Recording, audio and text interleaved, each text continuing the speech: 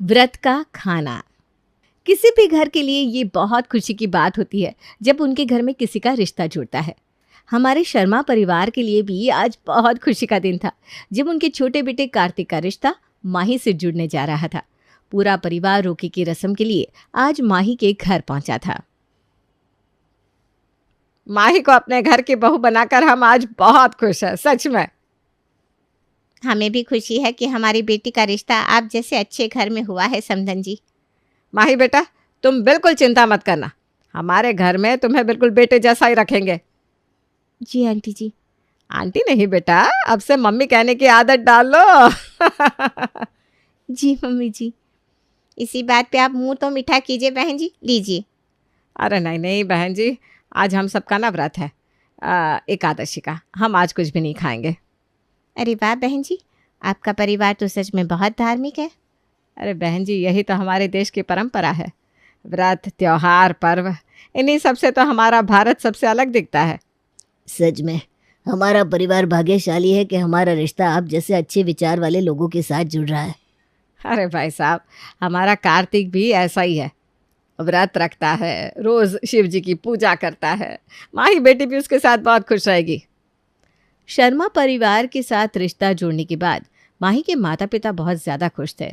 हमारी माही भी अपने होने वाले ससुराल वालों की तारीफ करते नहीं थक रही थी। माँ, मैं तो बहुत खुश हूँ कि मुझे ऐसा परिवार मिला है जो इतना ज्ञानी और श्रद्धा रखता है ईश्वर में। सच में बेटा, आज जैसे कलयुग में ऐसा परिवार मिलना बहुत ही मुश्किल है। और तो और आजकल ऐसे लड़के भी नहीं होते जो पूजा पाठ करते हो। लेकिन तू बहुत खुश नसीब है, तुझे ऐसा होने वाला ससुराल मिला है। शादी के बाद मैं भी ना अपने ससुराल वालों के साथ सारे व्रत रखूंगी, उनकी खूब सेवा करूंगी। शाबाश बेटा, इसी तरह मन लगाकर सबकी सेवा करना। कुछ ही वक्त में माही और कार्तिक की शादी भी हो गई। दोनों परिवार भी उनकी शादी से बहुत ज़्यादा खुश थे। माही का स्वागत भी उसके ससुराल में बहुत अच्छे से किया गया। आइए आइए देवरानी जी, आपका शर्मा परिवार में हार्दिक स्वागत है। थैंक यू भाभी। बेटा, हमारे परिवार में किसी भी बहू का स्वागत भगवान के आशीर्वाद के साथ ही किया जाता है। आओ चलो, पहले तुम मंदिर में दिया जला लो, फिर तुम दोनों आशीर्वाद भी ले लेना। जी माँ जी। आओ, मैं तुम दोनों को घर के मंदिर में ले चलती हूँ। माही का मन अपने ससुराल में आकर काफ़ी खुश था। उसे तो यकीन ही नहीं हो रहा था कि उसे सच में इतना अच्छा परिवार मिला है। सच में आपका परिवार तो बहुत भक्ति और श्रद्धा से भरा हुआ है। अरे अभी तो तुम देखना, अगले महीने श्रावण मास शुरू हो रहा है ना, पूरा महीना श्रावण का व्रत करते हैं हम। अच्छा, तो फिर तो इस बार मैं भी आप सबके साथ श्रावण का व्रत करूँगी। हाँ हाँ, अब तो तुम भी हमारे परिवार का हिस्सा हो, तुम भी हमारे साथ व्रत करना।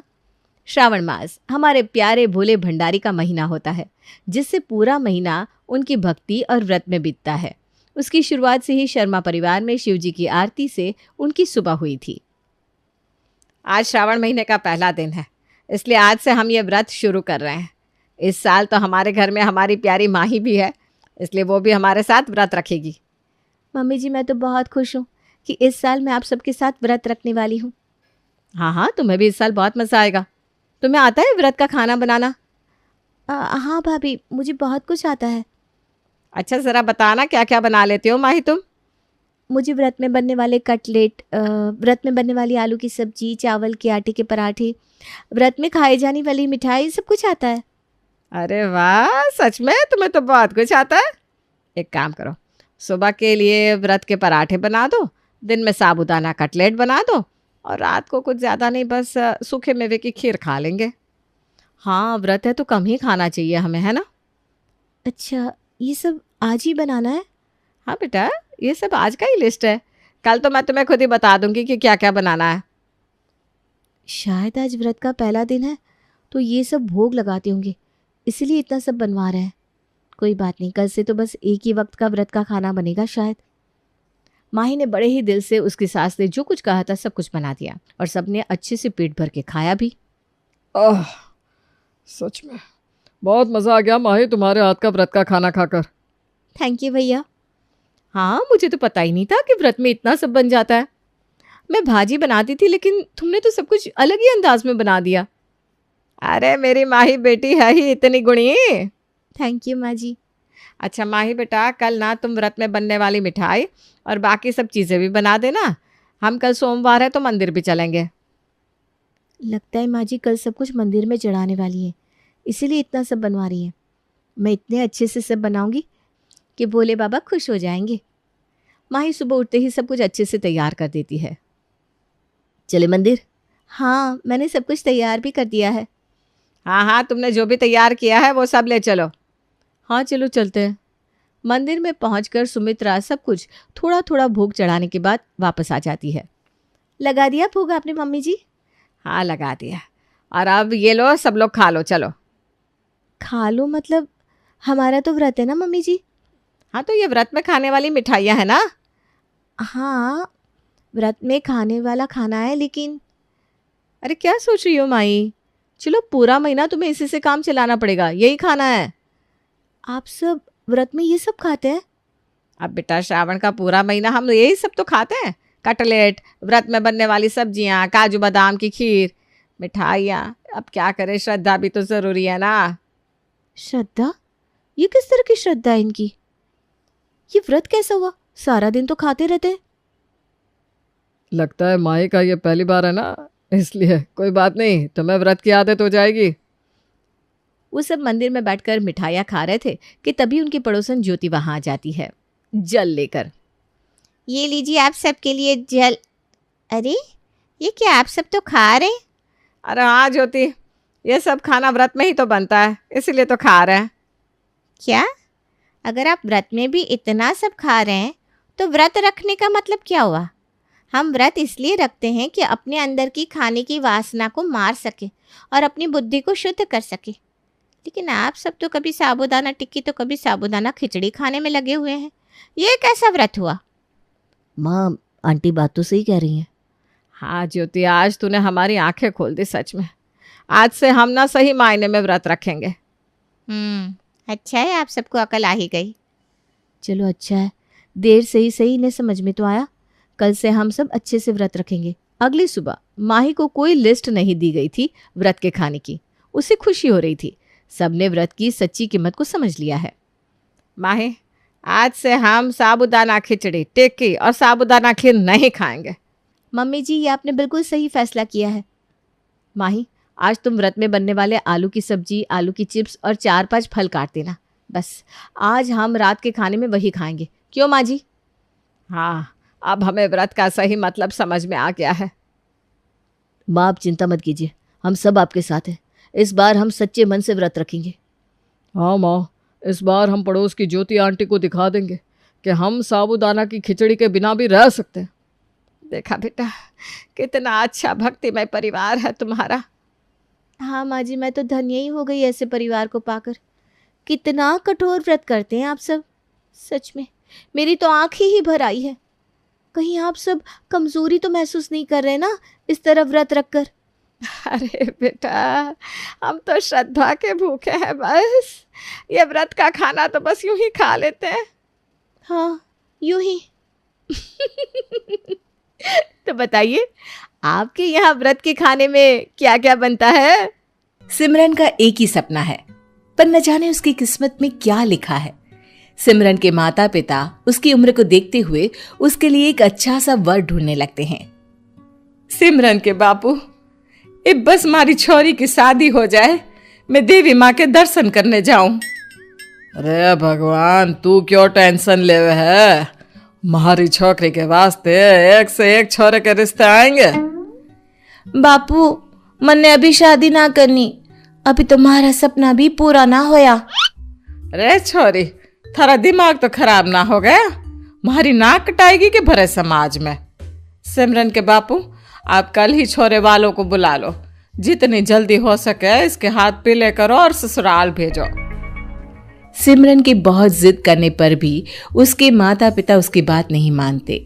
अगले दिन सिमरन को लड़के वाले देखने आते हैं। उन्हें सिमरन एक ही नजर में पसंद आ जाती है। लड़के की माँ यामिनी थोड़े खुले विचारों वाली होती है, इसलिए वो सिमरन से पूछ लेती है, बेटा सिमरन, आपको अगर अपना कोई सपना या आगे पढ़ाई पूरी करनी है तो आप मुझे खुल के इस बारे में बता सकती हो। अरे समधन सा, कैसे बात कर रहे हो आप? हमने तो अपनी छोरी को खूब पढ़ा दिया। और रही बात सपने की, तो सिमरन का तो ऐसा कोई सपना कभी रहा कौनी। सिमरन की माँ अपनी चतुराई से बात को संभाल लेती है। सिमरन बहुत उदास हो जाती है क्योंकि उसकी माँ उसका बचपन का सपना एक ही पल में कुचल देती है। कुछ दिन बीत जाते हैं और सिमरन की शादी का दिन आ जाता है। सिमरन शादी के जोड़े में सुंदर तो लगती है, पर उसके चेहरे से उसके अंदर की उदासी साफ नजर आती है। ये देख के उसकी सास यामिनी सिमरन की माँ से कहती है, सिमरन कुछ उदास सी लग रही है, सब ठीक तो है ना? हाँ हाँ समधन सास, सब ठीक है। वो शादी के बाद अपने माता पिता से दूर जाने की वजह से उदास है, और कुछ बात ना है। यामिनी अपनी समधन की बात मान लेती है और शादी की रस्में पूरी करने लगती है। आखिर शादी संपन्न हो जाती है और सिमरन की विदाई हो जाती है। अपने ससुराल आने के बाद भी सिमरन के चेहरे से उदासी नहीं जाती। ये सब देख के उसका पति विकास उससे पूछता है, क्या हुआ सिमरन, सब ठीक तो है? तुम कुछ उदास लग रही हो। ना कुछ ना, वो मन ने अपने माँ बापू की याद सता रही है, और कोई बात ना है। अगर यही बात है तो मैं कल ही तुम्हें उनसे मिलवाने ले जाता हूँ। अगले दिन विकास और सिमरन तैयार होकर निकल जाते हैं। घर पहुंचकर सिमरन अपने माता पिता से मिलती है।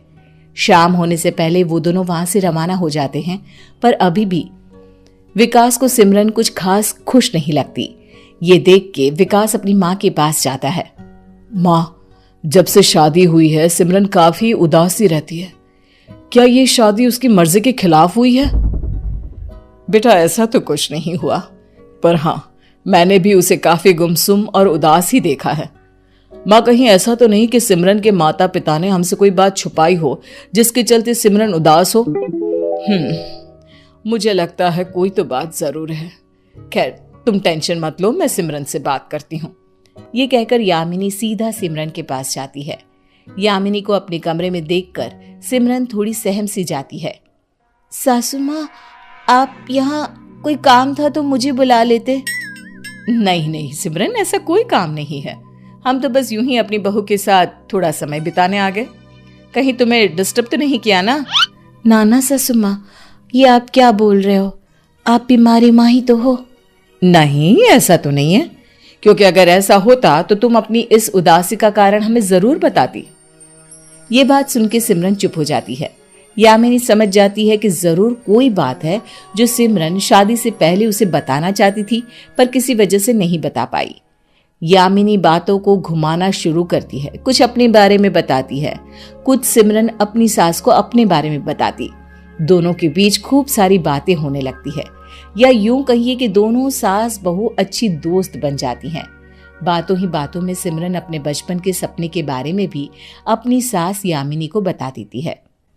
वो सासू माँ, हमारा एक सपना है, मैं इंस्पेक्टर बनना चाहती हूँ, पर अब ये सपना सिर्फ सपना ही रह गया। ये कैसी बात करती हो? मैं हूं ना, तुम्हें तुम्हारा सपना जरूर पूरा करवाऊंगी। और मेरी बहू इंस्पेक्टर बने, इससे ज्यादा खुशी की बात भला और क्या हो सकती है? क्या सच सासू माँ, आप सच कह रही हो? सिमरन अपनी सास की बात सुनकर बहुत खुश होती है और उनके गले लग जाती है। बस फिर क्या था, सिमरन का इंस्पेक्टर बनने का सफर शुरू हो जाता है। बहुत उतार चढ़ाव आते हैं, पर सिमरन हार नहीं मानती। धीरे धीरे सब सिमरन को डीमोटिवेट करने लगते हैं, यहाँ तक कि उसके माता पिता भी उसका साथ छोड़ देते हैं। पर यामिनी अपनी बहू का साथ नहीं छोड़ती। आखिर वो दिन आ जाता है जब सिमरन इंस्पेक्टर बन जाती है। सब बहुत खुश होते हैं, पर सिमरन के माता पिता अब उससे कोई रिश्ता नहीं रखते। फिर एक दिन, सिमरन के बापू, घर में चोरी हो गई, हमारे सारे गहने ले गए, यहाँ तक कि खूंटे ते बंधी भैंस और गाय ने भी चुरा ले गए। अरे मैं तो बर्बाद हो गया, अब मैं इतना धन कैसे जुटाऊंगा? मन ने तो एक ही रास्ता नजर आ रहा है, खुदकुशी। अब जी के भी क्या करना है? सिमरन को भी अपने मायके में हुई चोरी के बारे में पता चलता है। वो तुरंत अपनी टीम के साथ अपने मायके पहुंच जाती है। जब उसे पूरी बात पता चलती है तो वो अपनी टीम के साथ खोजबीन करने लगती है और अंत में चोरों तक पहुंच जाती है। सिमरन की सूझबूझ देख के सभी लोग बहुत सराहना करते हैं। तभी यामिनी सिमरन की माँ से कहती है, समधन जी, आपने तो अपनी बेटी का सपना और बेटी दोनों को छोड़ दिया था, पर मैं जानती थी कि मेरी बहू बहुत काबिल है। मने माफ कर दो समधन सा, मैं अपनी छोरी की काबिलियत ना पहचान पाई। माफी ही मांगनी है तो सिमरन से मांगिए, जिसने ये जानते हुए भी कि उसके माँ बाप गलत कर रहे हैं फिर भी उनकी इज्जत पर कोई आंच नहीं आने दी। यामिनी की बात सुनकर सिमरन के माता पिता बहुत शर्मिंदा होते हैं और दोनों अपनी बेटी सिमरन से कहते हैं, मारे से बहुत बड़ी गलती हुई है छोरी, जो थारी काबिलियत ना पहचान सके। हाँ हमारी बच्ची, हमने माफ कर दे। माँ बापू, आप मारा बुरा कौन ही चाह सकते। मन्ने पता है आपने हमारी भलाई के लिए ही हमारा ब्याह कराया है और इस कारण से ही मैं आज इंस्पेक्टर बन पाई हूँ, क्योंकि आपने मारे को हमारी दूसरी माँ से मिलवाया जिसने हमारा साथ कदे नहीं छोड़ा। मैं तो बस सबसे यही कहना चाहती ही कि बेटी ने पढ़ाओ न बेटी ने बचाओ।